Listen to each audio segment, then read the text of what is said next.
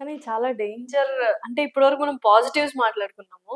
Negatives విషయం గూడా మాట్లాడుకోవాలి. ఎందుకంటే ఇప్పుడు ఎవరైనా మిస్‌యూజ్ చేసినా గూడా మనకు ప్రాబ్లమ్ అవుతది. మనం కేర్‌ఫుల్‌గా ఉండడానికి అవుద్దా? మన చేతుల్లో ఏం లేదా? ప్రస్తుతానికి అయితే మన చేతుల్లో ఏం లేదండి. అంటే అయ్యయ్యో! ఇప్పుడు మీరు మీ ఫోటో ఇస్తే హ్మ్. జస్ట్ మీది ఒక చిన్న ఫోటో ఉంటే I can create a video. Hmm. I can create any kind of image. Hmm. ఇప్పుడు ఒకప్పుడు అంటే ఏంటంటే జనాలకు కూడా తెలీదు కాబట్టి హ్మ్. అది నిజమో అబద్ధమో అనే ఒక క్వెషన్ ఉంటది.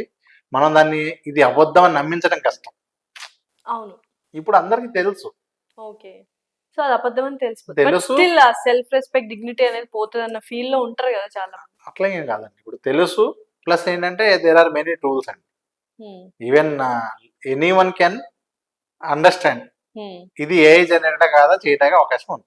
ఈజీగా తెలిసిపోతది. ఈజీగా తెలిసిపోతుంది. ఓకే. సో, నష్టాలైతే ఉన్నాయి గానీ, మనం కేర్‌ఫుల్‌గా ఉండడం కూడా మన చేతుల్లో లేదు. నష్టాలైతే ఒకటే మెయిన్ నష్టం ఎక్కడ జరిగిద్దంటే మనం దానికి బానిస అవుతామా? దాన్ని మనం ఉపయోగించుకుంటామా అనేది మెయిన్. అండ్ మిస్‌యూజ్ ఎవరైనా ఈ చేస్తారేమో. మిస్‌యూజ్ ఛాన్స్ అంటే అది ఇప్పుడు ఎప్పటినుంచో ఉంది. మిస్‌యూజ్ అనేది పాసిబిలిటీ ఉంటుందండి. కానీ హ్మ్. ఇప్పుడు ఎవరో కూడా నాకు సంబంధం లేకుండా ఎవరైనా సరే తెలిసి కావాలని చేసినా మిస్‌యూజ్ చేసిన వాళ్ళని పట్టుకోవడానికి కూడా ఈరోజు అంత టెక్నాలజీ ఉంది.